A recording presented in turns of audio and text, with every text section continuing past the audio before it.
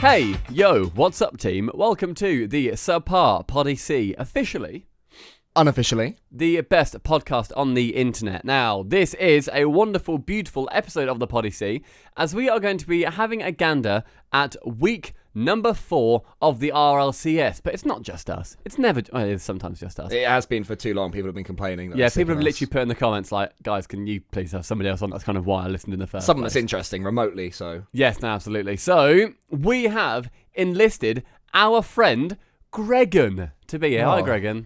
Thank you. I thought you were going to intro by saying we tried finding someone interesting, but we couldn't find anyone. So that is Gregan. almost the exact joke I made on Twitter. Like, I was that close to doing it, and then I thought I can't be asked. Like, genuinely, that's why I didn't, because I couldn't be bothered. That's a British way of saying we love you, we appreciate you, but we got to make sure everyone knows that's not how we see this. Yes, we got banter, top bands. We're banter, lads. Yeah, well, thank you very much for having me back on. That's all right, mate. Yeah, Gregan's our first repeating guest on the podcast. I asked him before we start recording, have you been on before? He was like, yeah. It was before it became popular. I'm a hipster. I remember because it was just after. I can tell you some stories from it. It's just after the Peeps one, and I had my sort of third eye open when I was watching that series, and I said, Gregan, would I be correct in saying that they're challenging a lot through the middle, going for crackhead challenges, and that's why they won, because it wasn't expected? And you were like, yeah, you're almost right. And then you sort of added another layer of your insight. But I remember that, being very proud of myself, that I almost got a thing right in your eyes. Yeah, no, I was impressed by your insight back then, and it still amazes me whenever you get things right, so keep it up. Me too, mate. It's truly exciting. So we are, obviously, as ever, these episodes are sponsored by Gamers Ready. If you want to have a go at getting better at Rocket League, and not just playing ranked, not doing all that boring shit, actually something productive with your time. And what you can do is go to Gamers Ready, GAMERS ready.com, and you are able to get some coaching lessons from Verge, from Yukio, from, I think, Greg, and you're on there as well, right? Yeah, just got recently added on there. Yeah. Oi, oi. How much do you charge, mate? I'm definitely at the more expensive end, but I do go quite thoroughly. I actually started analysing a replay today and realised, wait, they didn't get like the more expensive package. I shouldn't give them too much. Like, I can't just keep going and analysing for like 3 hours, because otherwise Was it like You Want to Be a time. Millionaire? Did you hand them over a blank check of your sort of observations and say, but I can't give you that, and yank it away from them and say, to reveal the rest of this, you have to pay an extra $15? It's more that I was just watching the replay over and over again, being like, oh, I could talk about that, and I'm like, I've only got an hour with them. I can't like give them a month's worth of coaching with it. So with an hour. So you sit in a voice chat with one of the people who's bought your package, and you say, hey, what's up? You're shit at rotating. This is what you should do, and this is why. I think pointing out stuff isn't very constructive. You've got to find ways to help them understand why to do it better, and almost like create logical theories as to why they'd do it. And if you put it in a nice little package and explain it in a way that they understand, it sticks a lot better than just saying, hey, look, you're not rotating into net properly. You should rotate in this shape. That doesn't work as well as, this is why you need to do this, explain it a bit, and then sort of give examples, and then perhaps draw a nice little diagram and make it a bit more obvious. But wait a minute, Gregan, I thought you were the Vitality coach. You sure were last time you came on our podcast. Why are we talking about Gamers Ready? What the fuck's gone on in your life in the last month or so? So, at the end of the year, we made some roster changes. Scrub got left behind, and Alpha got picked up. I say that because it was like dropped, but kind of more of like a not renewing kind of thing. But yeah, he was dropped. They ghosted him. Stop returning his calls. No. And at the same time, I was coaching and managing them, but I wanted to kind of move up and do something a little bit higher up in esports. And it also didn't make sense to coach a full French team because I can't speak French well enough. So I would have had to have either gone towards being just a manager, which for me felt like was a step backwards. And also for the players and for Vitality, it didn't make sense to keep me on in that way. So we tried working out a way to go into a different position, which didn't work out. And now I'm a neutral coach and hoping to coach as many people as possible. Sorry, drinking game. How many times throughout the rest of this podcast does Gregan say the phrase, now I'm a neutral coach? What does a neutral coach mean? You just coach everyone if they ask for you. You're freelance doing it, right? You've got a website and everything. Yeah, so I'm freelance, got a website, made a lovely website by Andy Designs, who does your stuff, I believe, Andrew right? Design. Legend. What absolute legend. And yeah, on the website you can get coaching through Gamers Ready, or if you're a team who's looking for coaching, I'll coach you. And ultimately I could coach anyone, because I am a neutral coach, you see. Is that up to the top level you're coaching at the moment? Yeah, so in theory, I've signed NDAs, so I can't say everything, but in theory, I could be coaching several teams in the RLCS for 1 hour a week. Could be coaching one team for 10 hours a week. I could be coaching individuals across RLCS. If someone, say, on one of the top teams feels like they could get a second opinion, I could even be coaching the coaches. Like if the coaches want support on how to coach their team better, I can do that. And if those two teams are competing against each other, that's not a problem, because I go into it making sure everyone knows that I'm not here to tell you what the other team's getting taught. I'm not here to give you sneaky information about another team if you pay a bit extra or anything like that. I'm here charging the same rate for everyone, coming in as a neutral coach and being as fair as possible. So you are working with RLCS teams at the moment, teams. Yeah. Exclusive. I guess the hardest thing then is like making sure that you're not playing. Say two different teams you're chatting with, coaching to some extent. Whether one is 10 hours, the other is 1 hour, just giving them a little piece of advice here and there. You know, there's different levels of Greganage between different teams. Let's say what you don't want to do, presumably, is take away their identity and make everyone play the same brand of Rocket League, because you have a vision of how Rocket League should look in the same way that other coaches out there, like your Sears or your Verges, may have a vision of how Rocket League should look. Is that something you're struggling to get the right sort of balance with, or is it okay? Well, I kind of see Rocket League as, depending on the player you're working with, you see it differently. So I saw Rocket League through the eyes of Scrub, Fairy Peak and K-Dot when I was at Vitality, and had to coach them in different ways based off of how they played. And the same thing applies to you, Cole, whenever I'm giving you tips. I'm not going to say to you, you have to go for a flip reset in this kind of situation, because you can't do a flip reset. That's just like an example. And sort of in practice. I just don't, because I don't want to. Sure. One of the things I always remember with coaching is I remember back to my golf swing teacher back when I was like 12 and I was learning to play golf. I had some lessons, and the coach was... you did. Just fucking obviously you had golf lessons. Daddy paid for them, yes. Yeah. And the coach was one of my big inspirations in how to coach, in the fact that she didn't coach me how to swing a golf club, she coached me how to improve my swing. And she made that very clear, that there's a distinction between teaching someone how to do a task and improving what they've already got and changing what they've already got to make it better. Is that so they can apply their theory to it later? Like if they see something going wrong, they can say, that's going wrong because of this, and they know how to fix it? Well, I guess you could look at it in an example. Like, you wouldn't tell Justin you need to be the rotating back more if he's the one who's creating chances. In the same way, you wouldn't expect to say to Fairy Peak, go and waste all your boost and do flip resets and crazy stuff, because that's not what they naturally do. You know, you find what they're good at and make it stronger, find what they're weak at and make that stronger, but ultimately you keep their profile the same as an individual, because you're not going to be able to change that long term. You can't make Turbo into a Justin. No, you can improve his mechanics and find ways to make them better, but you can't change his profile as a player. We should point out right now that golf is fucking annoying to improve at, by the way. Because when so we were in hard. Vegas, we went to Top Golf, which is an amazing place. If anyone ever finds themselves in Las Vegas, go to this place called Top Golf. It's like the, I think the Vegas Panthers, or whatever the fuck they're called. The Las ice Vegas hockey Knights. team. Is that it? The Las Vegas Knights. They were in the playoffs, right? So all the Vegas people, they'd come down to Top Golf there. And the screen is like a giant projector all the way on one of the walls.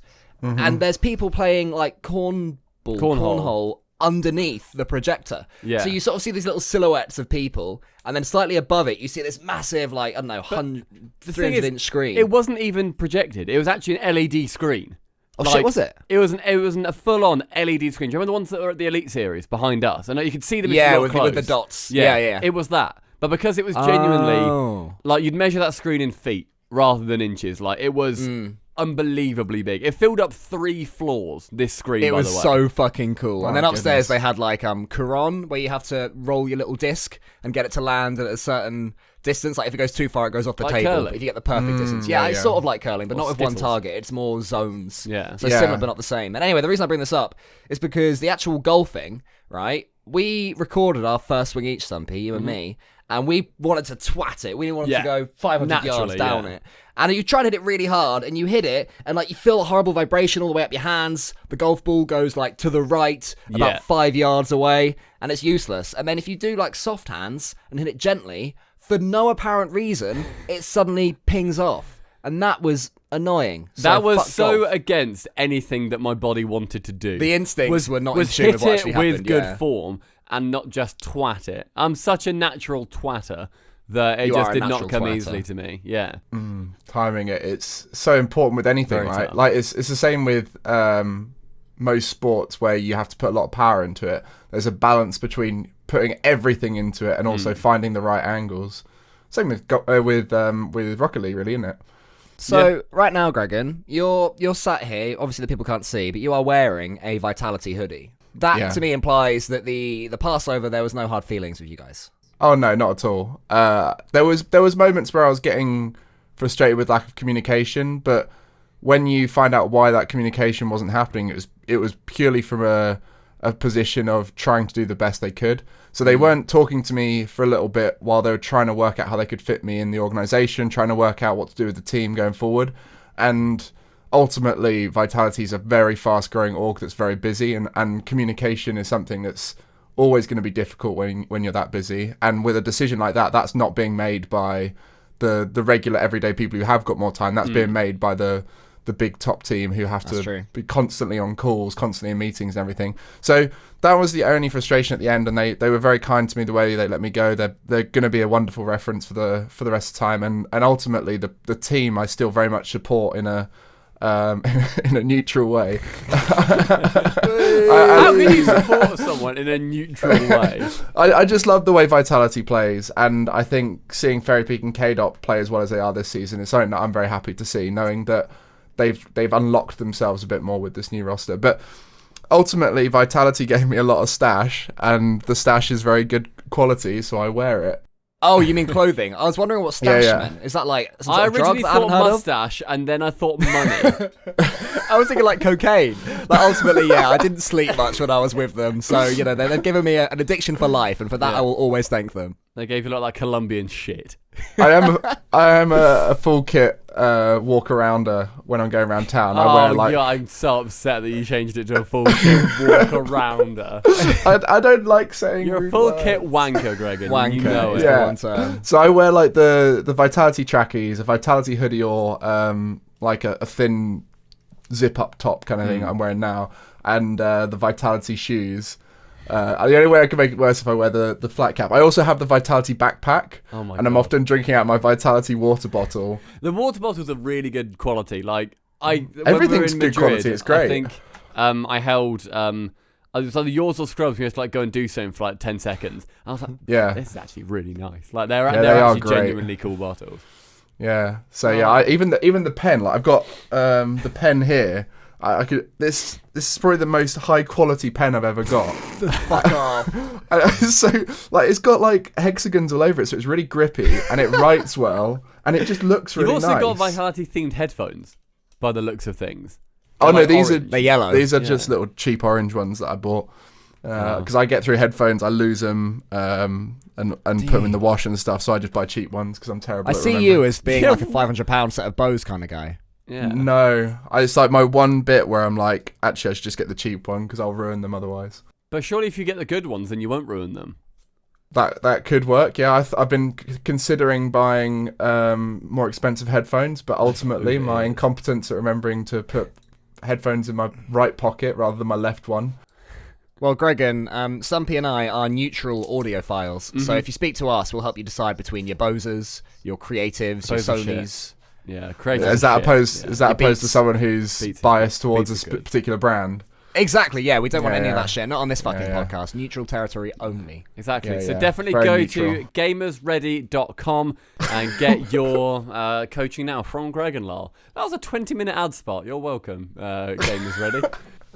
With a bit of a bosing, yeah. Yeah. It's GAMERSRDY, by the way. It's not Ready spelled the normal way. Cause I didn't That wanna make it really easy for annoys you. me. That really annoys me whenever you say that. Gamers Ready with the RDY and saying ready. GAMERS Ready. Genuinely frustrates me. Why That's does it okay. frustrate you? Why?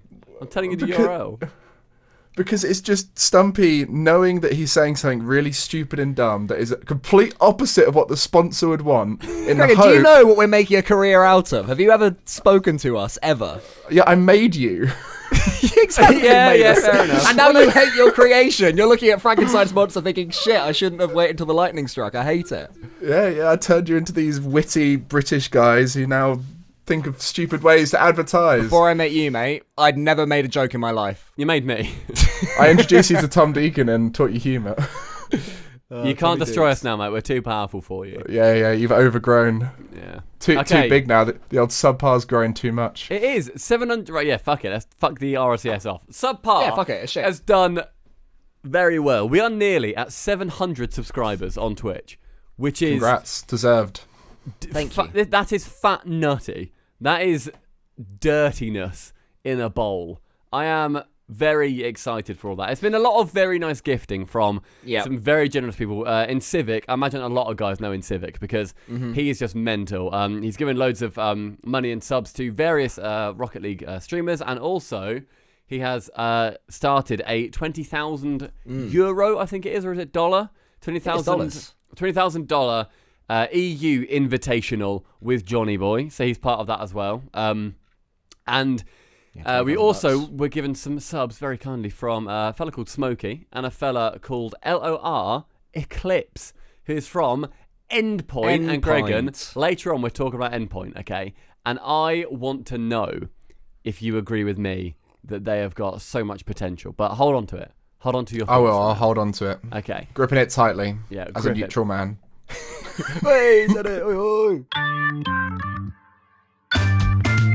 RLCS NA has happened. We have had some cheeky results.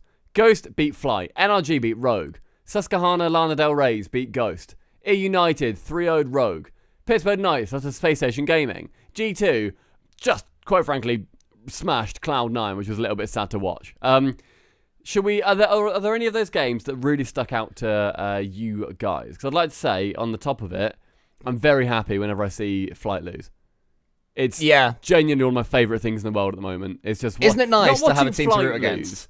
Watching Rapid lose. No. You can't qualify that. It's either Flight or not Flight. You can't say I like watching Rapid lose, but I wish that I wish that they had a teammate that wasn't a piece of shit, which I think is fair. I'm very happy watching them lose. It's fantastic. Should we say our personal series of the week from NA? And we'll just go through why we love that series each. Because there's one that jumps out to me straight away. And I think I'm taking the easy win here. And that is Ghost Gaming 2, Susquehanna Sonic Screwdrivers 3. Mm-hmm. What a fucking series that was. All the way throughout the games, in general. It was clear that once again, SQ are a force to be reckoned with. I thought that Ghost would win this one. I thought they'd have too much. And I'm just looking at the results now. Did they go 2-0 up, or was it... They went 1-0 up, then Susquehanna Lana Del Rey's brought back 2, and then it was 3-1, and then SQ brought back one more in overtime. They won 2 overtime games. They did, and the final overtime, where one of the Ghost players, I think it was Atomic, he goes up for the ball. He's thinking, I'm going to get to land on my opponent, and we're going to win this overtime. Because they played better in all 5 games, the Ghost. They were the better team by far. Poor old SQ were out of their league, right? OT, Atomic goes up, gets the dunk, then he lands on the ball and blocks his own teammate from scoring. The own save. That was one of those moments where in our Discord where we talk about each Rocket League RLCS each week, discord.gg/subpub.nhd, by the way. Everyone in chat was just going and just spamming and pressing enter and just typing things because it was that fucking hype. And I just remember thinking, please, Ghost, lose this series now. You have to. And please lose it quickly as well. Yeah, like, lose it as a result of that save. Yeah, and thankfully that's what happened. It was so fucking entertaining. That's easily my favourite series of the week. I could watch that one again happily. Okay. Gregan, did you have one that stuck out to you particularly? I think that one was a great series as well. I'm a big fan of Shock. I remember watching week 1 with Shogun, and we were both like, this guy, who is he? We didn't know about him. Yeah. And the fact he's got 2 really solid teammates with him who both have definitely been the ones who've been left behind a bit in the pro scene, who've been there for a while, and they're now proving actually they were up there. He's won MVP twice now. Like, he won it in week 2 and 4, Yeah, do you see the Gibbs copy and paste? Yeah. Yeah, that was good. I think, though, for me, see, the last 2 games were both really good because I feel like they're very comparable. Like, Pittsburgh Knights and Space Station, both the kind of scary potential new age top 3ers. That was NRG. my favourite series of the day, was PK SSG. But I think actually looking at G2 Cloud9, I think that really showed the difference in bounce back and how both teams went about it. And I think G2 have really shown that dedicating resources as an organization towards a team that underperformed can improve them. And it just shows that there is there isn't such a thing as just being naturally better than other people. They did have to work hard for it. They did have to come together and really start grinding it out again. And I think G2 are getting rewarded for that work ethic, and that's why I think that's a great series, because it represents what they're doing there very well. We were saying that on stream as well, that it was very interesting to see even just the attitudes of each team going into the first few games, where obviously Cloud9 have had a much, much rougher time of it compared to G2. G2 being the only 4-0 team at the moment. Very polar opposites. And it's sort of like their midway point of the season to prove how they've done thus far. And Cloud9, you can just so obviously see that there is something wrong in the background still. There's that, it seems very complexity in the way that they're going about it, where there was a bit of iffiness in the off-season, and with a player proposed to be kicked, couldn't be kicked, a little bit of a team issue going on, a dynamic being fucked up, and then you still have to play an 8-season league against the strongest teams. And you can see how much that really screwed with their mojo. Squishy, still, such an utterly solid player. Like, he was really making the best out of that situation. I really enjoyed watching him. Yeah, he is being the glue that I feel like he's not had to be really before. Before, you've sort of seen that it's forced to torment or Gimmick to be the glue to hold a team to hold that team together. And Squishy does his mental shit along with Gimmick, but he's done a really stellar job to keep his head cool, and I do feel bad for him when I watch, because he's not flawless, but quite obviously the best player on that team at the moment. Yeah, I agree. I don't feel like Squishy's been getting enough credit, really, as making Cloud9's season remotely respectable. I mean, they got that win a couple of weeks ago against Flight, or last week against Flight. And I think without Squishy being as good as he has been, there's no chance they'd win any games in this series, because they're not a team. They're 3 individuals right now that look lost playing alongside each other. Flight, while they're clearly a step below everyone else, at least they're playing as a trio. You know, Cloud9 don't even have that. Something that I think James Bott said, I think about Cloud9. It might have been about like an EU team or something in the end. But he said it was like watching Solo Standard at times. It was like a Solo Standard team versus an actual pre-made club team, which I thought summed it up perfectly. Another thing about the casters this time around on the desk, have you noticed how fucking loosey-goosey they are? And how much fun they're having? And they are like actually tearing into teams when they deserve to be torn into. And they're not putting like a pillowcase on their comments. They are actually going in with what they believe. It's because of 10 teams, there are teams that are actually worse now. Yeah. Other than Complexity last season, it was all like, anyone can beat anyone, blah, blah, blah. Whereas now, if you look at both NA and EU, in NA, you've got 3 teams that in their first 4 games have had 1 win minimum. First 5 games in the case of Rogue and Flight. And in EU, you've got AS Monaco 0-5, Singularity 1-4, TSM 1-3, Endpoint 1-3. And I fucking love that there are teams that are worse. I was going to say, we're like 4 weeks in now, and the table's already starting to take shape. It's got a shape, exactly. Yeah, and you can really see that. I mean, both tables are very similar. I think there's only there's 2 teams that have got a slightly different result. I think Veloce, I can't see it right now, but yeah, most people have similar score lines, and you've got that top team, you've got that team that's had an upset against them, but they're still at the top. And I think now you're actually going to see fights for certain positions where they are isolated in their own sense, rather than at the end of the season, one game defining a huge difference. 1 goal, 3rd or 7th. Yeah, God, that was so dumb. People were like really celebrating that, and it was like, no. That's not something celebrated. That Vitality, who ended up getting to the grand finals and were 1 goal off winning again, could have been in the relegation fight. That's just fucking stupid. Same with Dignitas. The way you got to look at it is the teams who were 4-3 or 3-4 before. Now, if you think about it, they got 2-3 wins. It's so poetic. Say that again. Teams that are 3-4 or 4-3 before. The 4 teams that are 4-3 and 3-4 before. Yeah, go on. Yeah, rather than that, they'll basically have those 2 expected wins. So they'll then be 6-3 or 5-4, which is very different in the way you describe it. Because 6-3 is a great record, where when they're just 1 game difference between flipping spots, it's quite a lot different. And it relies on that consistency, where a top team does need to beat 3 or 4 weaker teams 100% of the time, rather than just going in and making sure they beat the top teams. Yeah.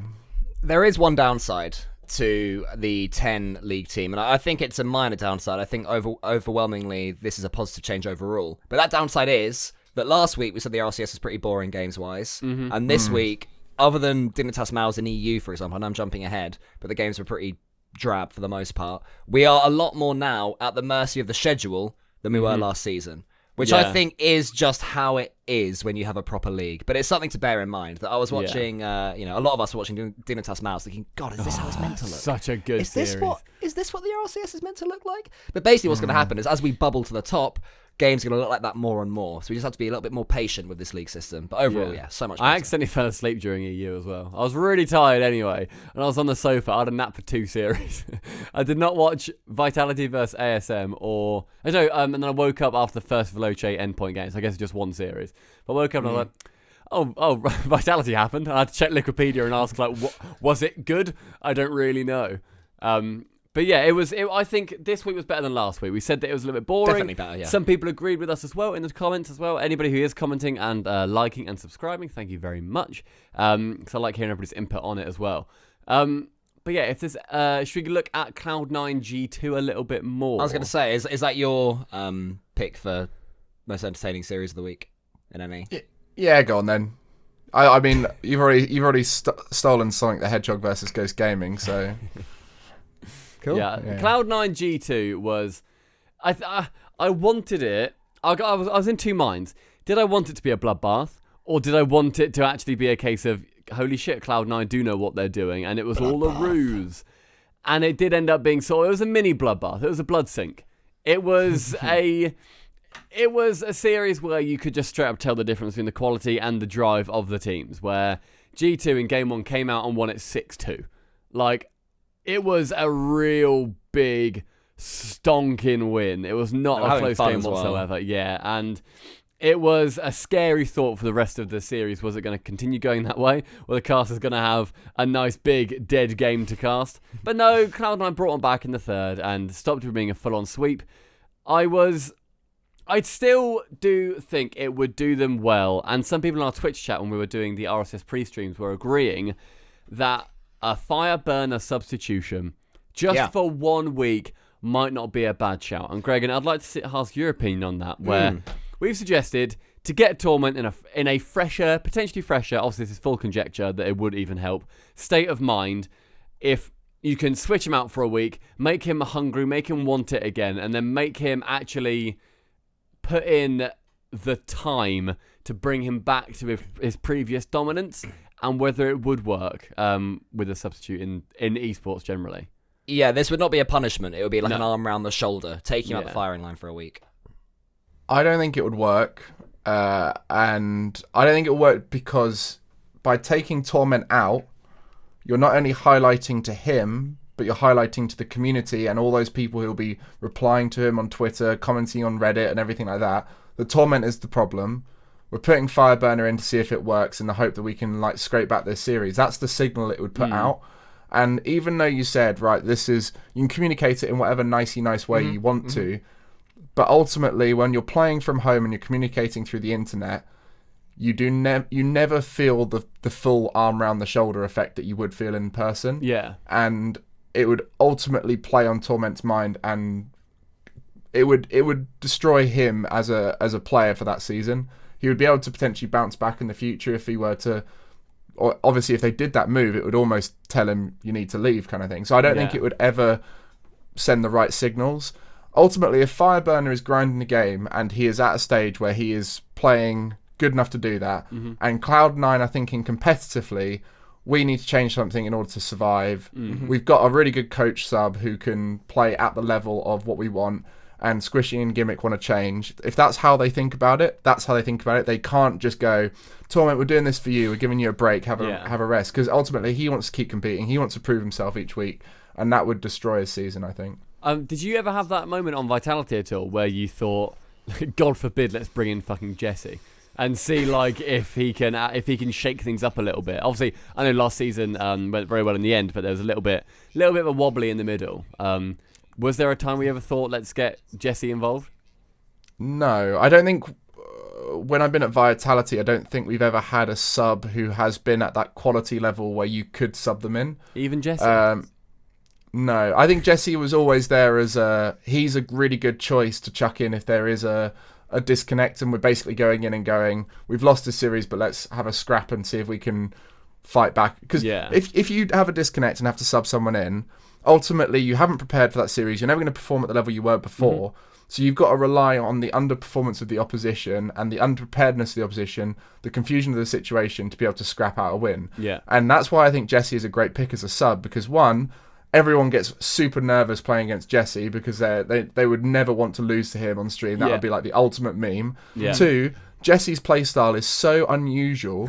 We saw it at DreamHack Leipzig in 2018 when he subbed in for Flipside. He's just drive around Boostav and Demo and let the other two 2v3. And like, if you had to play against that, that's something you've never experienced before. So you could like get that unusual throw-off substitute in. That's why I think Jesse works so well. And obviously you get the benefit of a content creator for the org. Yeah. But I think subbing is always a last resort in the way it's done in Rocket League at the moment, just because you don't scrim with your sub. Your sub, obviously, if they're a coach, they do attend scrims and everything, but ultimately they don't know how to perform in RLCS as they well won't as have the anyone instinct of like knowing where to be, but they can. They don't have experience. Wrong, yeah. Do you feel there's a place for squad rotation in Rocket League and or in esports in general? I think so in other esports where they have an academy setup, like for example League of Legends have a really good academy setup whereby I think pretty much all organizations, I don't know if it's obliged, but most organizations who are in the top leagues like the LEC and LCS, they have an academy team. It's because they have lower leagues as well, like separated lower leagues too, so it's not like they will like Fnatic Academy, like they won't have them suddenly that team is in the LCS, or sorry, the LEC rather, because they don't feed into each other. So you need to have that lower tier to represent Fnatic at a lower level. So yeah, I think that's why it works. But they are part of the organisation. So there was one player who was stepping up hugely through the academy setup. They've been grinding really hard. They developed in every way that you wanted. And a player was underperforming in your main team. You could, in theory, switch them around. I don't think it happens very often. They have done it. Fnatic have done it, and I think XL have as well. Yeah. Yeah, so that just proves that system can work, and I think the reason why Riot do that in the League of Legends setup is to try and develop localized League of Legends. So those academy teams will compete in a nation-based league, or I think like tri-nation leagues if they're in parts of Europe where they're not big enough. Yeah. But yeah, like the UK league has BTXL in it. I think Fnatic are in that one. They are. Fnatic Rising, yeah. It's the UKLC, right? Yeah, UKLC. So yeah. I think that could work in Rocket League, but ultimately I think Rocket League would suit more of a football, British football system whereby you've got leagues down to localized leagues that feed up into it, but that's just a long way off, and you'd have to feed down from the top up. You'd have to make a league below RLRS, then a league below that. Yeah, slowly over time. Because they need to balance themselves out as well, right? Like as soon as you then add another league, give it a season, let that sort of let the densities go to where they need to be, and then add another one, and then let them all flow between each other. And I mean, the more we have feeding into like a big system, I think the better it ends up working. Along with other tournaments, obviously, that are going to be happening alongside it, like with DreamHack's LOL if they ever come back, or the Olympics if coronavirus doesn't. I was going to say that's becoming more and more of a worry. I know that coronavirus is actually going to stop. One, our Olympics happening, and two, the Olympics happening. I do wonder whether Psyonix, the esports team, have made a plan B. Like, if there's a summer where they just have fuckloads of online tournaments, that'd be a decent fail-safe. I think that's the Olympics great. doesn't go ahead. Yeah. Give $5,000 weeklies or whatever it is for like the RLCS and RLRS teams, because then you can have like Triple Trouble, who do really well one week in a bracket, then they come up against Dignitas, and it's like, but then it's being streamed on the Rocket League channel or whatever they end up doing, and that'd be cool. Community casters involved. Yeah, exactly. Get rival on that. Yeah, what you said about the Olympics. If the Olympics gets cancelled, in theory, the Intel World Open could be in a nation that's not got that travel ban restriction on, because it's not. Even though it's linked to the Olympics, it's not like the Olympics whereby everything there infrastructurally is. But I imagine they've got a contract for it to go alongside the Olympics, right? Like the Intel World Open would have to happen with the Olympics. And if the Olympics doesn't happen, therefore their main thing, I imagine, very much conjecture, that they Yeah, might of not want course. it to happen without.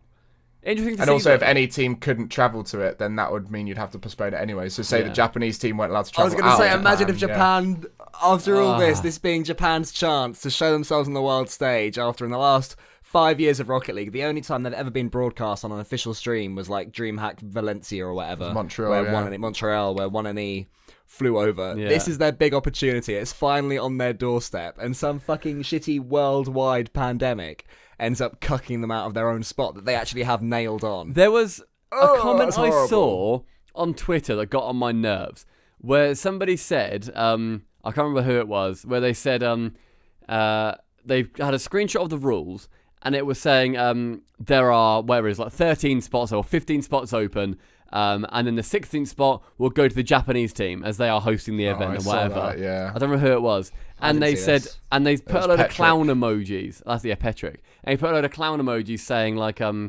the Japanese team, this is the only way they're going to get to Alan. They've like cheeked their way into getting it. Basically, I can't believe that this is happening. This is stupid. Like, just because they're hosting it doesn't mean they should get a spot.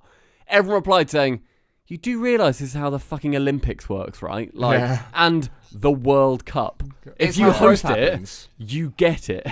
Yeah, that's completely fair, because I mean, it's their nation that's put on all the money, and it also is so important for growth. Like as I was saying, this is Japanese players' chance Yeah. to showcase what they can do. They've been waiting for this for so long. Yeah. Oh, that's so fucking rich. That's saying, oh, they've got more opportunities than us. Do you know what that is? That is like when people say, oh, I didn't get the job because I'm a straight white male, and they gave it to someone else. God, it's tough Filling that to be quota. a straight fucking white male. Yeah, exactly. His exact tweet, by the way, was screenshot of the FAQ, I guess. Why does the Japanese team get an automatic spot in the Tokyo finals? Answer. Japan is the host country, so we felt it was appropriate for a Japanese team to be represented. He commented on that saying, we are hosting live qualifiers, so we deserve a free spot as well, more than anyone. Clown emoji. And then he did quote retweet and say, I guess people actually took this tweet serious, XD. Oh, bollocks. I was just kidding, chill. That is such a pussy way of going about it. If you're going to actually get yourself out there and then you have some backlash and it then ends up sort of coming against you, fucking own it. Unless you Yeah, genuinely fair. disagree with what Stupid. you've said. He Don't does say have you're a fair joking. point that Poland should potentially get a free regional qualifier thing at Katowice. Yeah, maybe. That's- I wouldn't be okay, against yeah. that. Yeah, you should just own that though. Yeah. So yeah, own yeah. I don't know. It's a very specific rant we're having, but yeah, that was just Anyway, a bit of yeah. that was a dumb thing I saw on Twitter the other day. Okay, any more chat about the RLCS9 at all, or are we done Gucci gang with that? I'm done with that. Yeah, it was good. I enjoyed it. It was good. I had a good Cool. days watching. Yeah, it's pretty good. Okay. One thing we should also mention, while it's on my mind, before we get into RSS EU, there was a CRL versus EU University League team competition that went on, which is a very interesting idea. So it was there was no Wikipedia page for this, which is just bollocks, which annoyed me. Fucking hell, Lukasz. I know, fucking shit. This is why Poland doesn't get an auto qualifier. For fuck's sake. Do your fucking job, Do your man. fucking job. Love So, you. there was a Own it, Gregan. You hate him.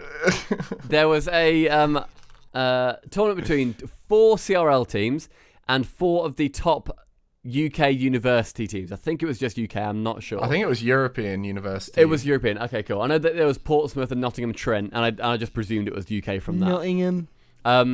Is Distan on one of those? Yeah, He's posted a maybe. lot of very happy tweets recently, this Dan. He's in a happy place. Which Yeah, is He's doing loving well. uni, isn't he? Um, But yeah, I thought he was on Portsmouth. Maybe I don't know. That does ring a bell. Okay, so apparently at the start, because like people have always said that CRL teams aren't as good as they should be to be competing for the to compete for the $50,000 that they've got. Apparently, Portsmouth were playing without one of their players, Esper, which meant that was like one of their best players who they just weren't competing with.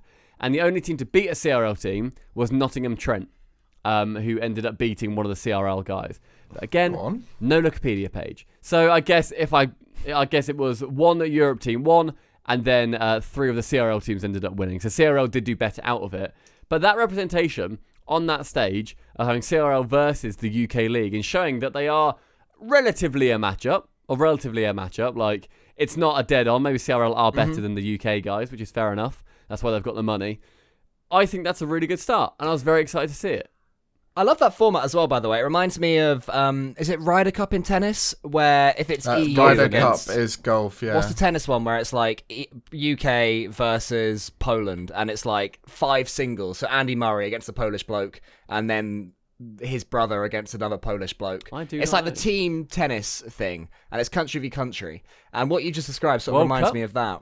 Davis Cup. I was going to say David Cup, and then I was like, no, that's not it. David Cup. Yeah, Davis Cup. So basically, Great Britain has got 5, I presume 5 blokes and 5 women, and it's the top 5. And they'll come up against the top 5 in Poland, men, and the top 5 women in Poland. And if you win your match, you get a point. And what you've described of CRL versus UK universities sort of sounds like the same sort of thing, where Nottingham Trent go up against Phoenix, Arizona, or whatever the fuck, and they win that one. So it's 1-0 to the UK versus the NA. I would love if the Olympics worked like that, because one problem I've always had with the Olympics, and correct me if I'm wrong, but I believe it's been confirmed that, say, Chaussette, Fairy Peak and Ferrer want to represent France, they enter the French qualifications as a 3, and they would put out Alpha, K-Dop, and whoever I haven't said yet, fucking Mount, I don't know. Cassio, yeah, exactly. So it's going to be like that, rather than having somebody choosing the top French. 3. And I remember when it was you on this podcast, actually, Gregan, we were talking about who should be the top 3 from each country. Oh yeah. And we've ended up with what I was hoping wouldn't be the case, which is just basically, you choose your own 3, and then if you win...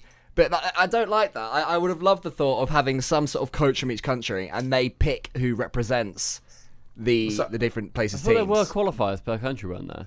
Yeah, so the reason why they're doing it this way is they're trying to push the agenda of anyone could win. So the idea that any person on this planet could win the Intel World Open. There is open qualifier systems. I couldn't. There is countries have biases. Brackets, except Stumpy. There's biases that allow certain countries that are very likely to make it to Katowice to get that region-based qualifier. So you've got like the GB have got a guaranteed spot at Katowice.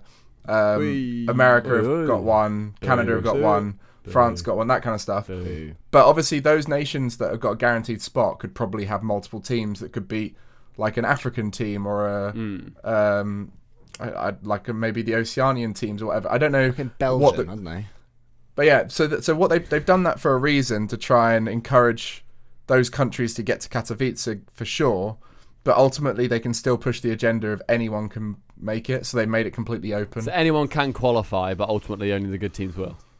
Yeah, it's the same with RLCS. When they first announced RLCS, it was like anyone from Europe or North America could get into RLCS. You just open qualifiers. Anyone will get there, but no one was. Teams entered.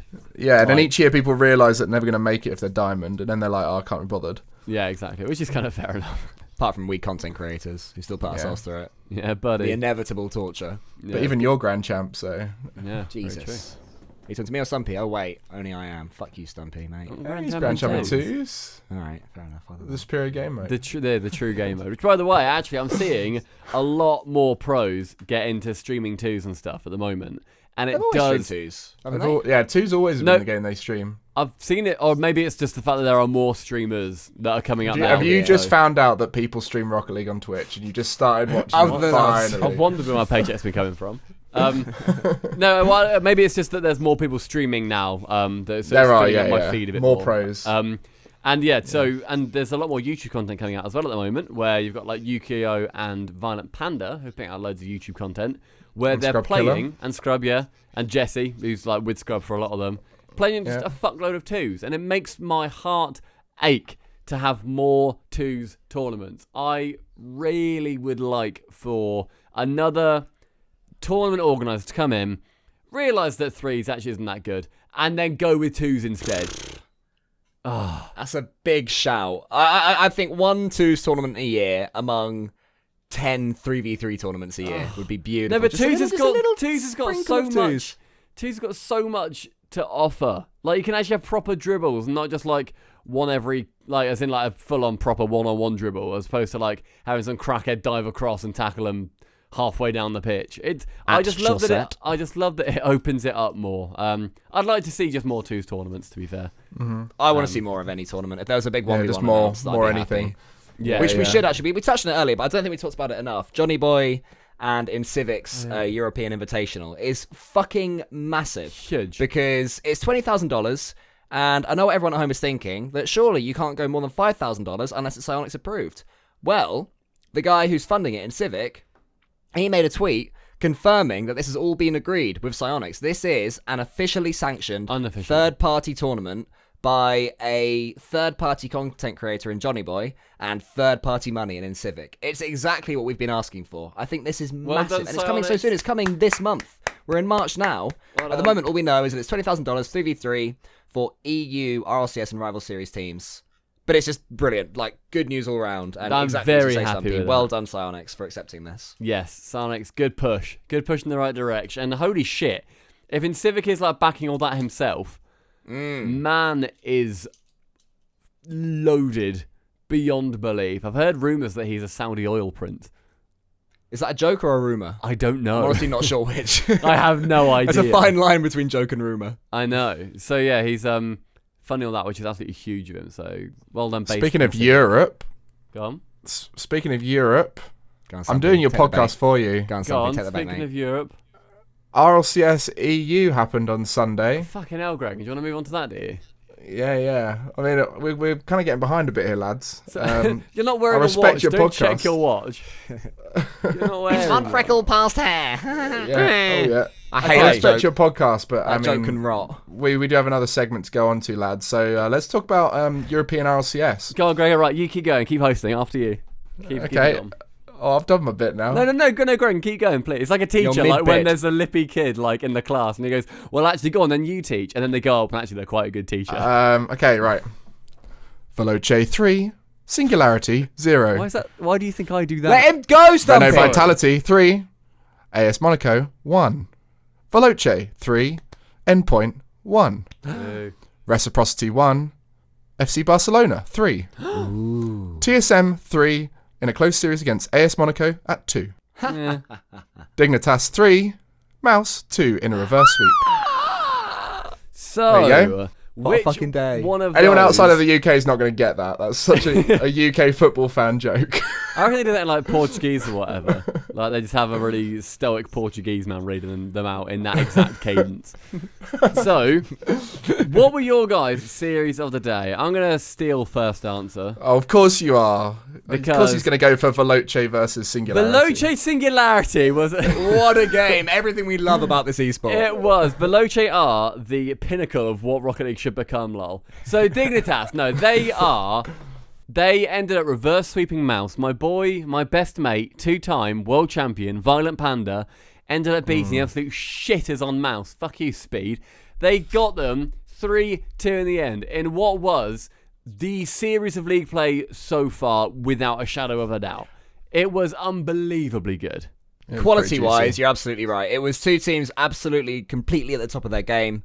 And it had the reverse sweep, the story everyone always wants when one team goes 2-0 I can just up. imagine Verge's speech, like in I was after thinking game that. I was 2. thinking. I wonder what he's saying right now. I can't Hopefully wait they to come see out with the comms comms video. vid, Yeah, and I hope so. he can edit it in and do a good one or something like he did before. Dignitas, by the way, are fucking fearless. Like, They are the class. first two games, their infield passes was just being read time and time again by Mouse, who'd clearly done their homework. It didn't look like hearts were in it either. It seems like every single one they were doing was forced. Whether that It was did seem down to forced. Mouse forcing them to force them, or whether it was due to them thinking, have Mouse actually learned that we can do this? Should we try and mix it up? And they weren't comfortable doing anything else.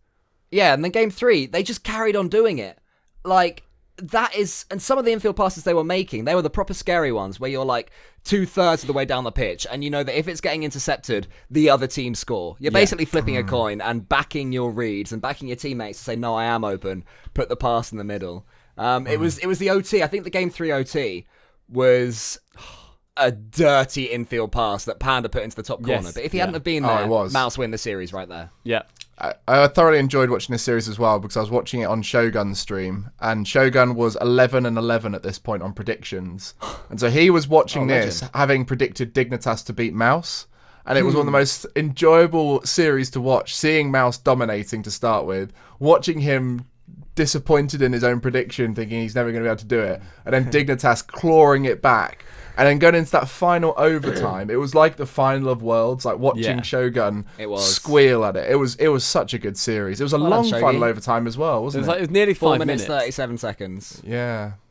If I remember correctly, obviously, I'm not looking at it. I think it was one of those matches where, like Cole said, they were playing at the best of their ability. I think there are a couple of times where Mouse maybe could have got to a pass a bit faster, but they started to be shut down more, where they were being pushed back into their own half, and they knew a pass was coming, but then they got scared to commit too hard to intercept the pass in case like Dignitas were like double bluffing them and actually they weren't going to pass and stuff like that. I think the mind games became strong, but it was an absolutely rip-roaring game, and I loved that. I think was it Achieves casting this last one? I don't remember. I think it was James Bott and Jorby. Was it James Jorby? Okay, well, I was going to say quickly then about Achieves, his casting. He started doing a thing where he gets like, you can tell he's just so fucking in love with his job. And that he's so in love with just watching Rocket League, and he's there going, oh! And you're like, oh, Achieves, I want to just die in your arms. He's having so such cute. a good time. Because he breaks a lot of rules as well. It's like, I think it was the first series of the day where Veloce was sort of knocking on the door against Singularity. Yeah. And Achieves was like, he could see the play happening. He could see the pressure being starts to be built by Veloce, one of their rare, interesting forays into the opponent's half. And Achieves was like, go on, you can do it. He was probably like breaking the rules of being neutral just because he wanted to see the Rocket League happen. And I think it comes across so well and so wholesomely. There was a really funny moment with Wavepunk and Achieves as well, where it's posted to the subreddit, where Wavepunk asked him a question. I think it was about the Singularity of like, what do you basically? Wave was like, what do you do against Veloce right now? There's nothing that really comes to my mind, and Veloce just being so strong in every regard, blah blah blah. What can Singularity do? If you're Singularity, what do they do? And Achieves just sits there, fucking brain dead. Yeah, just not replying. He must have had someone in his ear. I saw your comment on Reddit, Gregan. I thought he was doing a bit. I thought that was the joke. Did I misread it? I thought that. Well, no, that's Wavepunk. Wavepunk saved genuine. it. What I mean is Wavepunk saved it. No, I thought that the Achieves' joke was, I got nothing. No, but that's why it's the genius of what Wavepunk did. He saved it by saying that, because I think he realised that Achieves had someone talking in his ear. Yeah. This is my interpretation of it anyway. I think Achieves was getting told quite a lot in his ear while Wavepunk was asking this question. Yeah. So and I think he thought Wavepunk was throwing to the desk. Yeah. And so he was just kind of zoning out, listening in on what he was getting told, whatever it was. I just thought what I can do. Yeah. I can play it for the podcast. I can play it right now. Yeah, well, I mean, and they never could. If you're Monaco right now, like, what do you think? What are you using this 60 seconds for? Like, how are you recollecting your team to try and make a play? How do you change things here in Game 3? That's my thoughts exactly. I don't know. I have no idea what you do against this Vitality team. They're so good. They control so much of the field, and you can't control the midfield. You can't. That was good. That makes a lot more sense now to me. We don't have to wait the amount of time, guys. We can just, it'll be cut. We don't need to... No, I know, well, obviously, but like, how cool is that? That's the first time that's ever done that. You're going to hate yourself when it comes to this point, Carl. Yeah, but right now, I love myself for thinking of it. No, I think the same as Gregan. I think that it was Wave I was trying to throw to Achieves for a proper, like, nerdy, goofy answer, whatever the fuck he wanted. Mm-hmm. And Achieves, I think he was too still. He was too concentrating on a thing. I thought from his thing. And then Wavefront just goes, yeah, no, I agree. I can't think of anything either. And he saved it perfectly. That's why I love Wavefront. He just flows. You can see his Twitch Rivals stuff that he hosts that, where it's much more relaxed and free-flowing. He's learned really well from that. If Achieves or Wavepunk are listening to this right now, they can let us know which one of us is correct. Because I'm still firmly in camp. Achieves was doing a bit. That was his joke. But this is only from seeing it live. So maybe if I watched it back, I'd be like, Achieves had no idea. I watched it back and I do think it looked like Achieves was thinking of something. In which case, what was he getting told in his ear? What do we think he was getting told in his ear? Oh. Will the owner of the black SUV with license plate 451A please move your car? He just takes the headset off and just goes, wait, I need to do something. Yeah. So what it could have been is, I've had it before when I've been hosting, where you get the directors holding the button down for too long. Yeah. And you can't actually hear your co-commentator because the button has a priority speak on it. So perhaps he couldn't hear what Wavepunk was even saying. Maybe.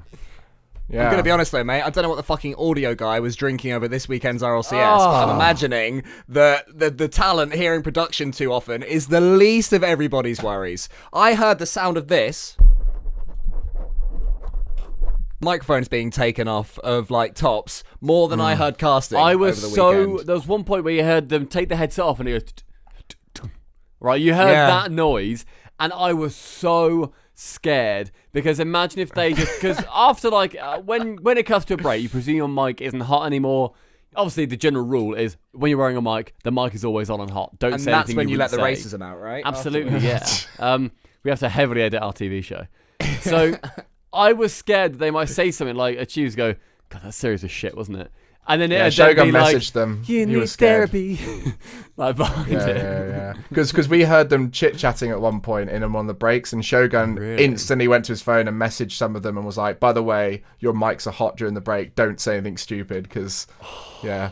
It's not That good could enough have been. from the Nah. sound guy in so many ways. Like it wasn't even just one bad day where maybe the main guy was only got the intern in because Sunday was just as bad. Yeah. The very start of Sunday, I think it was Wavepump was talking and he was just miming because we couldn't hear him. Yeah. It's interesting you say that, because I know with productions, they often have freelance people come in. And if you're a freelance sound guy, especially in the LA area, there's probably hundreds of them around, and you've never worked on that particular broadcast with those particular people with that setup, and it's your first time going into it and you haven't necessarily learnt the system well enough, when you are live, there's a lot to think about, and that's when mistakes happen. So perhaps the sound team or sound guy was ill or was away on holiday, because people are entitled to their own holidays and everything like that. Not in America, they're not. Not unless Bernie wins. And got a freelance guy in. Perhaps that's why it went like that. Or perhaps the person just had an off day. Who knows? Yeah. Regardless, Still, it wasn't good It was enough. very Gotta be sloppy. honest. It was. But yeah, so are we all in agreement that Dignitas versus Mouse was series of the day? Yeah, definitely. Yeah, Can I make yeah. one final point about that as well? You can. I was really impressed with Gibbs after the series because it's the classic thing. When a team gets reverse swept, you go, oh no, that's disastrous for fucking, I don't know, let's say Reciprocity get reverse swept. Oh, Reciprocity, you're going to hate that. You know, they're really going to struggle coming into next week knowing they've been reverse swept the week before. Whereas this week, Gibbs pointed out the fact that Mouse did not choke. This was not a case of a team going 2 games up and then bottling it, especially with Mouse when they famously fucking bottled the fuck out of it last season, right? Yeah. This was Mouse playing at the top of their game and Dignitas reacting and playing even better. And it was Gibbs that made sure to celebrate both teams for the way they played, because Mouse, I think he held up his little up arrow thing. Yeah. And he said both of these teams are on the up. Like, this is a win for them both, even though it's more of a win, obviously, for Dignitas. I'd like to talk about Endpoint as well. We teased it earlier. Gregan, my opinion on Endpoint's game, despite the fact they've lost again, they're now 1-3, and they ended up losing 3-1 to Veloce this week.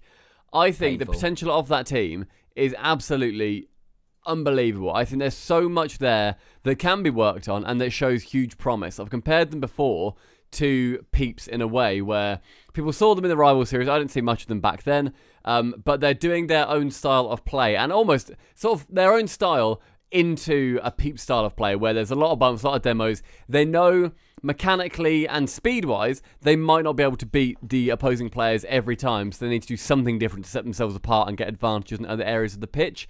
I think Endpoint have got such a strong future, and they stay in the RLCS this season, and then next season we see them become explosive. Would you agree? Or am I? I'm a big fan. I'm a big fan of Endpoint as a neutral fan of esports, neutral but I am. Yeah. So Endpoint for me, they've got a really good org supporting them. They've got hungry young players who've come through the RLRS, have surprised people. They're essentially still on their honeymoon phase, going up and up and up, and they are only going to get better, I think. I genuinely think within a few seasons, 2-3 seasons, we might see them being a top contender. I don't necessarily believe it can be this season. It would have to be Agreed. like a crazy instant, because obviously you're looking at European RLCS, you've got Dignitas, Vitality, Veloce, FC Barcelona, Reciprocity, Mouse, all above them. To make top 4 out of that lot, even getting into top 6, that's going to be tough. Yeah, But I they do stay. think all 3 of them are very good, and perhaps say one of them doesn't quite work out in the roster, they make a roster move, get a really good player in, and they could go up and up and up. I'm not saying that's going to happen, but course, yeah. also all 3 of them are in education, I think. So they're all having to go to school, and then come home play Rocket League. So they've got that balance of life with the gaming. So yeah, I think that's tough. I mean, I've been playing with Relating Wave and Eclipse, their coach, whilst competing in the UK, the Rocket Kingdoms. Yeah, I saw you tournament. post a tweet about that. Yeah, and that's a lot of fun. I get on well with them. They're good guys, and Endpoint are lovely, like I said. Yeah. No, I'm so hyped by them. I think some people have agreed with me in comments and on Twitter where they've said, yeah, I see some potential as well. Cole is starting to back them. I think I'm getting his approval. Same with our Discord. People are finally getting to the point where they're realising that Endpoint actually are pretty sick. And they've got a lot of potential for themselves to get even higher. But I do agree that right now the RLCS is looking... I think 7th is a great spot for them. Staying in, just making it into the RLCS. And even if they do fall into 8th or 9th, I think they've got a really strong chance of staying in the RLCS and then prove themselves next season. It's very rare for an RLS team to just go in and then do really well. Yeah, I reckon they could sneak a 6th maybe. And also they've had a very top-heavy season where they're playing the best teams early. So maybe they'll start winning towards the end where a top team that we haven't quite realised has had an easier start and then they start losing to the big teams. That's the fun of a 10-team season, isn't it? There's still loads to play for. Exactly. It is. You can't see Endpoint losing to a Monaco or a TSM or probably a Singularity. They've already beat Monaco 3-0. Yeah, they have. They smashed them. Well, I think that's what's exciting about them. They were tight games. Yeah. They could lose to any of those teams, but they could also beat any of the top teams. I think that's what's exciting about them, is that they are new, they are fresh, there's not much expectation with them. They could lose to anyone, they could beat anyone. As long as they find that rhythm, they're just going to get more consistent at beating people and more consistent at not losing to the teams they should be beating. Are you coming round to the idea of Endpoint yet, Cole? Yeah. I think they are an RLCS team. Yeah. I don't think they're gonna blow everybody else out the water, but I think they'll chill in the RLCS for a bit, and that's fine. That's fine. That does a job. That does them well. Respect to them. That's EU done. If that's all of our chat about that, and we can move on to Player of the Week. Gregan, what's the Player of the Week jingle? It's the Player of the Week. Done. Oh, do you want more to it? I was going to go for it. No, that's good. That's great. We did it. Yeah. It's the Player of the Week, bum. I like that. Sorry, my headphones are off. Can you do it one more time, guys? Sorry. It's time for Player of the Week, bum. Boobie-doobie-doo. Oh, I don't like that version. Can we go back to the drawing board? So, Player of the Week this week, sponsored by Gamers Ready, GAMERS Ready.com. I'm out. Right. See you later, guys. What the fuck, see you later, mate. It's the end of the podcast. I'm done. GAMERSRDY.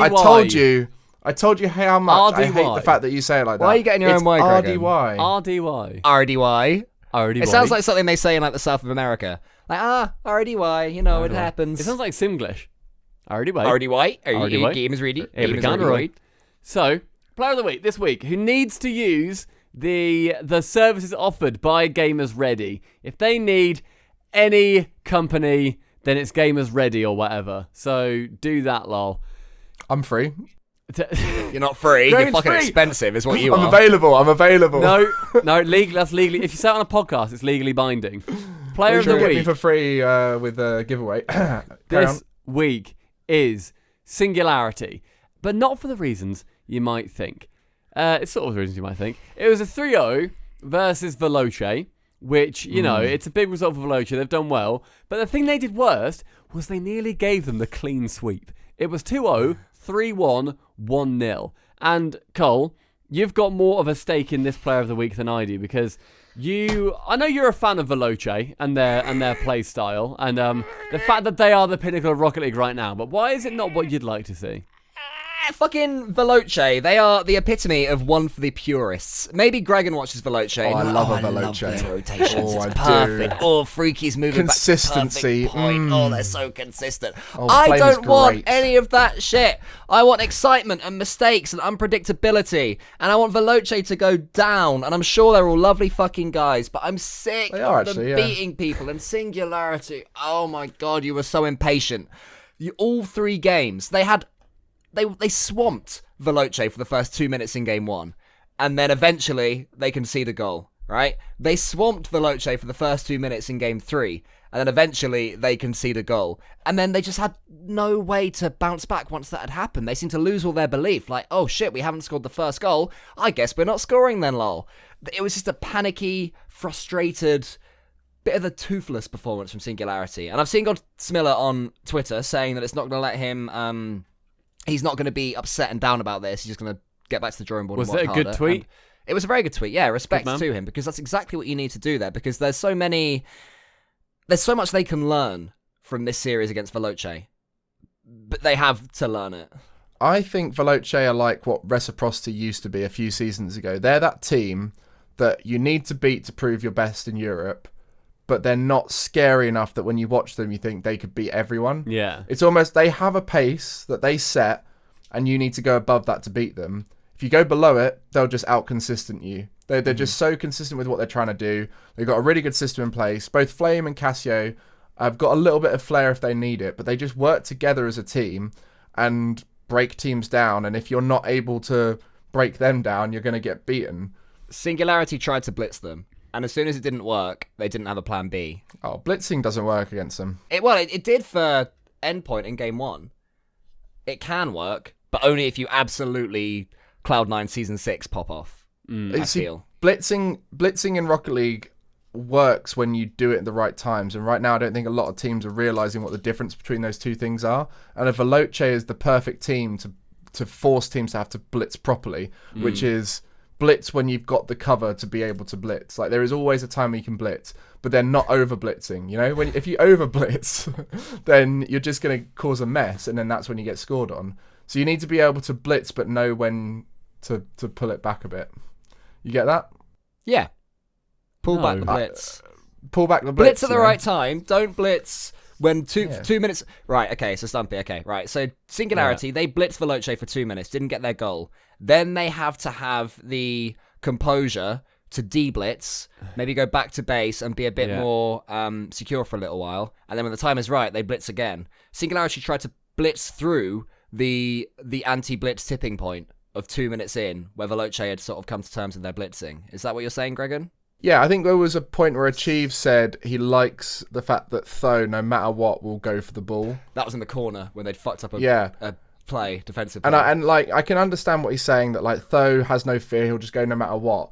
But the problem with Singularity, I think, is when they're not quite got the composure to back off when they need to back off, they will just go no matter what. And that going no matter what is when they leave someone in a 2v1 or a 3v1, or they leave their team low on boost, having to rotate back, or that kind of thing. And that's when Veloce will punish and capitalise every time. I think when you watch Vitality, they are one of and Dignitas, and to extent Mouse, like the way those three were playing, I think this is why Reciprocity struggled against them. But anyway, those three teams are able to go, right, we're in a tough spot right now. We're in disadvantage. We're not in a strong spot. We'll just chill out for a bit, draw them in, take some players out of the game, kind of balance out the field again, get the boost back up, get in position, and then go again. And they don't overcommit with that. And that's why Vitality, I think, really punished AS Monaco, because when they had the advantage state, they would just go in and do something really classy. But they knew they could do that. And as soon as they were in a spot where they were out of boost, someone was demoed, someone was in a rough spot. There was a moment where Fairy Peak just literally let the ball bounce into his half while he drove back with it. Alpha and K-Dop then rotate back, and Fairy Peak takes it back upfield. Whereas a team like Singularity, I don't think quite realise that is an option they can take, and they just boom it straight back up to a teammate and try and force something. So, just to get my head around it, where do the reindeers come in? What, Blitzen? With Blitzen, yeah. Blitzen's just not something you want to have in your He's rain not dig. a min-maxed reindeer. No, you don't want him min-maxing your reindeers. You want more of a Rudolph. Yeah, Rudolph's a big lad, nose. yeah. What about a term used to describe a method of offensive warfare designed to strike a swift, focused blow at an enemy using mobile, maneuverable forces, including armoured tanks and air support, aka a blitzkrieg? Blitzkrieg means thunder war, doesn't it, or something? Or lightning war? It means a term used to describe a method of offensive warfare designed to strike a swift, focused... No, but I'm pretty sure blitzkrieg means lightning war. So it's like fast, quick, bish, bash, bitch, kill 'em. War. Bitch. Right? Just me? Yeah. I think it does. That's what Singularity want to sort of... They want to chuck form out a all over the place. blitzkrieg. Yeah, they just need to pull back on the blitz and be more Rudolph. SS Singularity. Gamers Ready sponsored Gregan advice for Singularity of the Week is know when to blitz and when not to blitz. Yeah. Cool. Good shout. Gregan, do you want to do some questions? The last quick fire I'd love questions to. on Twitter. They Yeah. have to be quick fire. I don't like doing quick fire. I like Can we have writing an essay. Can we have medium Essay fire? answers only. Essay answers only. No, medium fire. Okay. Medium fire. Okay, so I want like a sentence. Medium rare. Medium rare, but air towards the rare. Okay. Okay, all right. First question from @CraftmanRL. What is the legend. next thing Psyonix need to do in order to launch RL esports to the next level? And how successful do you think the Intel World Open will be in regards to growth?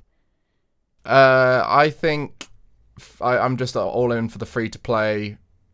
Whether they release it as a Rocket League 2 or whether they release it as the app, or what's it, the Epic launcher as free to play, whatever it is, they just need to suddenly relaunch the game and free. And then I think around the time of the Intel World Open will help with that buzz of the Intel World Open and really get people stuck in on it. And in terms of what will Intel World Open do, I think having nation-based esports is great because it allows for the news sites within countries to really hone in on esports in a way that means something. So, for example, let's just say Team GB do really well. The BBC is going to be all over that.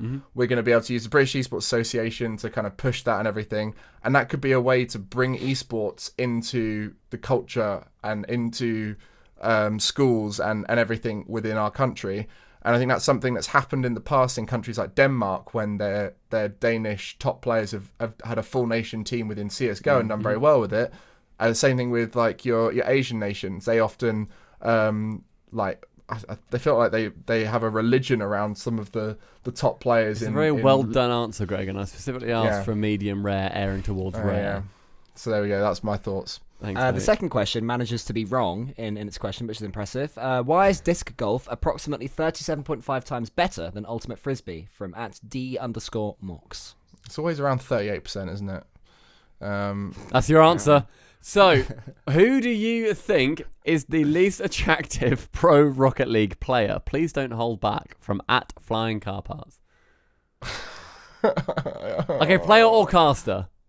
Player or caster? There's some real fucking specimens in the casters. Yeah, that goblin bloke from SubPar, he's pretty ugly. Right, well, that's not... Do you know what I mean? Next Gregan question. asks, what's it like being on the Poddy C?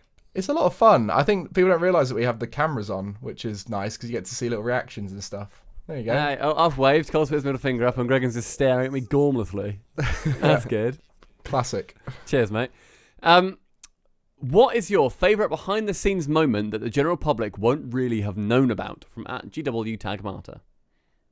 I think when the end of Season 7 happened, it's the same with every season. The winners stay on stage after they picked up the trophy, and every other pro comes up, and it's the most wholesome little hug fest from every pro sort of saying how proud they are. Everyone's so happy that the season's finished, and it's just like a really wholesome moment. In Madrid, they took turns going to the front of the stage, and we would do their chants. Oh, Yeah, that really was cute. lovely. Yeah, There was a couple that we very didn't have wholesome. one for, and like we just had to come up with them on the go. Like shit, like they presented Casio to us. It was like Casio, or whatever we. Oh yeah, we ended in the George Ezra song. Yeah. Yes, you Okay, a couple of these are fairly similar, so I'll ask them both. Dmox asks, will you go back to streaming more, or have you shifted away from that permanently? And Bobby Fat 95 asks, any plans to go back to casting? So basically, what you're doing now, mate. Streaming, I think, is one of the most mentally tiring things to do I've ever done. Just when you're playing games, talking with chat, focusing on everything, trying to focus on doing the best entertainment possible, it's very difficult. And ultimately, streaming has always been something I've done in my free time. And so because it's something that drains me so much, I've decided it's smarter and safer to not do it. And also just dabbling in streaming, realistically, is just frustrating because then no one knows you're doing it, no one's there. So that's why I don't like streaming. I'd rather spend my free time doing stuff in real life, etc. And then with casting, I think I'm pretty set now on performance route within esports. I'm taking steps now to be able to coach in ways that aren't just Rocket League, so the holistic approach and everything. So I think my long-term future within esports is very much away from the casting side, but I definitely feel like I'll be talking in front of people, whether it's through school talks, events, panels, whatever it is, because I do love a good chit-chat. And you like a good chit chat. That would be nice. Yeah. So imagine being at school. Imagine that being at a really cool school that know about esports and stuff. And you're in an assembly, and your big old fucking fuddy-duddy head teacher wanders out and goes, "All right, kids, today we got somebody from esports coming in. His name is Mike Gregan Ellis. All right, see you in a bit. I want to go have some cake." Right? And Gregan wanders in and just fucking blows their minds. Imagine your mates, it's like, "Oh, fucking esports, that's cool as shit. I never had anything like that at school." I've done 2 school talks this last month at my old school. One to year 10s, one to year 9s and year 8s. And the topic is turning your passion into a profession. And it's just like so many people messaged me afterwards being like, "I really want to do this." One of them was like, "I really want to get into music and you really inspired me," all that kind of stuff. Aww. And basically just spoke about what you have to do to actually turn your passion into a profession. It's not just getting lucky. Yeah. You have to work really hard and all that kind of stuff, and explaining that. And networking as well. Yeah. Well, I guess this one, this is the last one I'll ask, but it's kind of relevant to what you were saying. At That's Vix asks, was working in esports a dream job, or did it come unexpectedly? And would you want to continue to another section of the esports scene, or work with something else entirely? Great question. I think working in esports is something I didn't realise I wanted to do until Rocket League came out, realistically. I remember seeing Halo esports back when I used to go to Insomnia with my Minecraft groups, and thought, this esports thing is stupid, I don't get it. And then when Rocket League came out, I just got it. And I always talk about it, I spoke about it in my talk as well, is when I was at school in sixth form, we had someone explaining that when we leave university, there'll be, most of the jobs out there will be jobs that don't even exist right now. Yeah. And there I was 5 years after that talk, working in Rocket League, which didn't exist at that point, for an organisation that had just formed in an esports scene that was barely developed into a professional world. So yeah, it's definitely not something I thought I'd do, but it's amazing to be here. And what was the other question? There was like 2 parts to Would that. you rather do something else in esports or move on to something else entirely? I think Rocket League's a great place to be. I love Rocket League and just want to see Rocket League do well. But I am definitely pushing towards the human performance side of things. So I'm currently trained to be a PT. I'm qualified in a sports psychology tool, and I'm definitely doing my own research into nutrition, into holistic approaches, lifestyle stuff to try and broaden my horizons. And basically, I just want to work with as many talented gamers as possible, whether that's in Rocket League or not. Cool. Well, thank you, Gregan, for those fantastic, well done answers. They were very nice to listen to. Next time, get the order right. Medium rare, area on the side of rare. Well, clever answers from Gregan aren't rare, so there you go. Very true. Thank you, Gregan. Best of luck, mate. What's your website, by the way? Because I actually don't know the URL. esportsgregan.com. You got a .com. That's big. I think it's .com, yeah. You got a giveaway going on at the moment, haven't you? Yeah, I do have a giveaway going on. It's esportsgregan.com. I'm giving away 3 free coaching sessions that are worth $75 if you buy them through Gamers Ready. But I just want to coach as many people as possible, so I thought I'd give away some for people who aren't able to potentially afford that level of coaching. So yeah. Fun. Thank you very much, Amazing. mate. Thank you, man. Everybody go to Gamers Ready. Give Gregan a little look. Otherwise, enter the giveaway and all that kind of stuff. Otherwise, that is episode 33, I think. Yeah, we've just probably. done. Something. On A lot of Spotify. them. Yeah. Too many. If you guys are bored of listening on YouTube, go to Spotify, go to iTunes, go to Google Podcasts, go to Podbay or whatever the random third-party ones are, because they grab them as well.